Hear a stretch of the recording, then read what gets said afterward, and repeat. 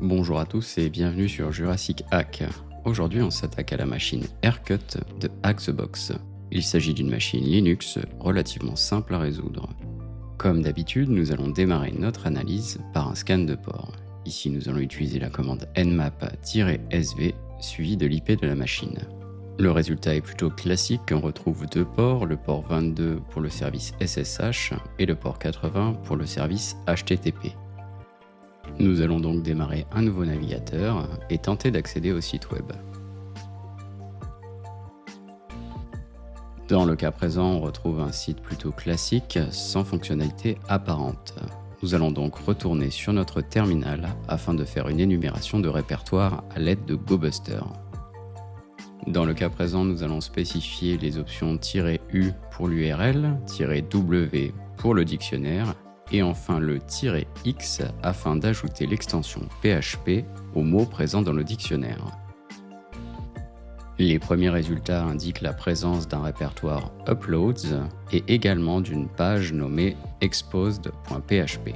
Nous allons donc retourner sur notre navigateur et tenter d'accéder à cette page. Ici, nous allons simplement modifier l'URL en ajoutant /exposed.php. La page semble offrir une fonctionnalité permettant de spécifier une URL. Étant donné la découverte d'un répertoire nommé Uploads, nous pouvons imaginer qu'il soit possible de téléverser une backdoor sur le serveur. Afin de valider notre hypothèse, nous allons commencer par mettre un port en écoute sur notre machine à l'aide de Netcat. Par la suite, nous allons retourner sur notre navigateur et insérer notre adresse IP suivie du port 8000. Si tout se déroule correctement, nous devrions voir une requête de connexion sur notre Netcat. Ici, il est important de noter que la requête a été effectuée à l'aide de curl, mais nous y reviendrons plus tard. Pour le moment, nous allons créer un fichier HTML et tenter de le téléverser sur le serveur web.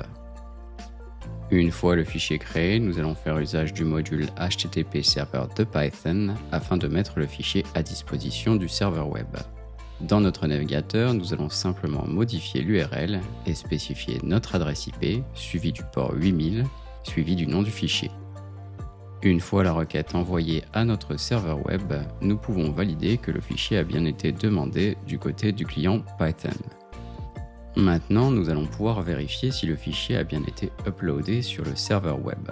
Nous allons commencer par le répertoire courant et changer l'URL par hello.html. Malheureusement, celui-ci n'est pas présent. Nous allons donc tenter la même chose, cette fois-ci dans le répertoire Uploads. Toujours aucun résultat. Il est donc possible que la commande curl ne sauvegarde pas notre fichier. Sachant que curl est utilisé pour récupérer la page web, nous allons tenter une autre approche et effectuer une injection de commande. En effet, si l'on utilise le paramètre "-o" suivi d'un nom de fichier, nous pouvons demander à curl de sauvegarder le document dans un répertoire spécifique. Ici, nous allons utiliser le répertoire upload, sachant que celui-ci existe déjà. Une fois la requête exécutée, nous allons vérifier que le fichier a bien été créé dans le répertoire uploads. Excellent, nous avons bien un document dans celui-ci. Sachant qu'il est possible de téléverser des fichiers vers le site web, nous allons tenter de générer une backdoor PHP afin de récupérer un accès sur le serveur web. Nous allons donc retourner sur notre terminal et faire usage de la commande msfvenom afin de générer une charge utile. Ici, nous allons spécifier le paramètre "-p" suivi de la charge utile php/meterpreter/reverse-tcp. Il ne faut pas oublier également de spécifier les paramètres lhost correspondant à notre adresse IP et lport, le port à mettre en écoute. Dans le cas présent, notre porte dérobée sera stockée dans le fichier nommé shell.php. Une fois notre porte dérobée générée, nous allons la mettre à disposition du serveur web à l'aide du module HTTP serveur de Python. Maintenant, nous allons pouvoir retourner sur notre navigateur et téléverser le fichier shell.php sur le serveur web. Si l'on regarde du côté de notre terminal, nous devrions voir une requête pour le fichier shell.php. Cependant, avant de démarrer notre porte dérobée, nous avons besoin de démarrer un listener Metasploit. Nous allons donc démarrer MSF console et faire usage du module exploit/multi/handler. Par la suite, nous allons spécifier le payload utilisé précédemment, c'est-à-dire php/meterpreter/reverse TCP. Enfin, nous allons spécifier le lhost correspondant à notre adresse IP, ainsi que le lport spécifié lors de la création de la backdoor, ici 4444. Il ne reste plus qu'à exécuter le listener à l'aide de la commande run. Une fois notre listener en écoute, on peut retourner sur notre navigateur et spécifier le chemin uploads/shell.php. Une fois la requête effectuée, en retournant sur notre terminal, nous devrions voir un shell entrant. Une fois l'accès initial obtenu, nous allons pouvoir aller lire le fichier user.txt présent dans le répertoire utilisateur de la machine. Pour commencer, je vais simplement spécifier une commande Python permettant d'obtenir un pseudo-terminal. Ici, le répertoire Maria devrait contenir le user.txt. Une fois le flag utilisateur obtenu, nous allons pouvoir tenter d'élever nos privilèges. Ici, nous allons faire usage de la commande find afin de découvrir tous les exécutables disposant d'un SUID pour root. En analysant la sortie de la commande, on peut remarquer un binaire qui n'est généralement pas présent dans le répertoire /user/bin. Il s'agit de screen 4.5.0. En effectuant une petite recherche à l'aide de la commande searchsploit, il est possible de constater que la version 4.5.0 de Screen est vulnérable et que celle-ci nous permettrait d'élever nos privilèges sur la machine. Si l'on observe le contenu du code d'exploitation, on peut constater que celui-ci nous permet d'écraser le fichier ld.so.preload.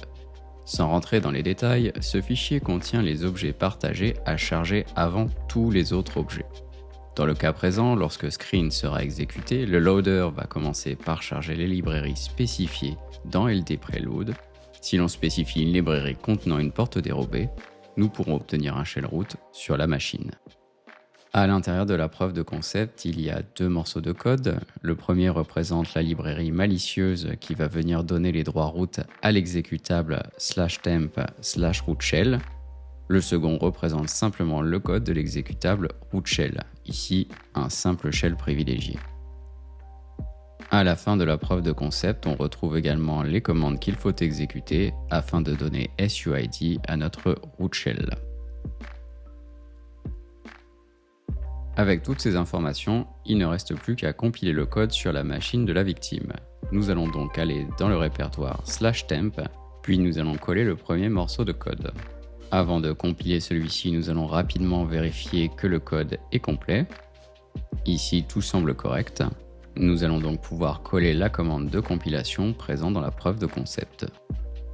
Il est à noter que j'ai rencontré une petite erreur lors de la compilation du premier fichier. Ici, pour corriger cette erreur, il suffit simplement de modifier nos variables d'environnement avec la commande suivante. Si l'on réexécute la commande de compilation, normalement, tout devrait fonctionner correctement. Par la suite, nous allons pouvoir réexécuter le même type d'opération avec le code de root shell. Nous allons également vérifier que celui-ci est bien complet. Enfin, nous allons pouvoir compiler le binaire à l'aide de GCC. Une fois nos deux binaires compilés, nous allons faire une dernière vérification et valider que ceux-ci sont bien dans le répertoire temp. Excellent. Il ne reste plus qu'à suivre les dernières instructions présentes dans la preuve de concept. Nous allons commencer par nous rendre dans le répertoire /etc, exécuter la commande umask 000,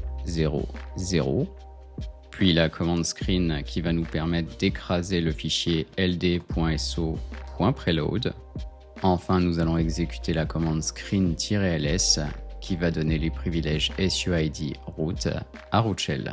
On peut notamment valider que tout s'est bien déroulé en faisant un ls-la dans /temp. Ici, on peut constater que root shell est bien SUID root.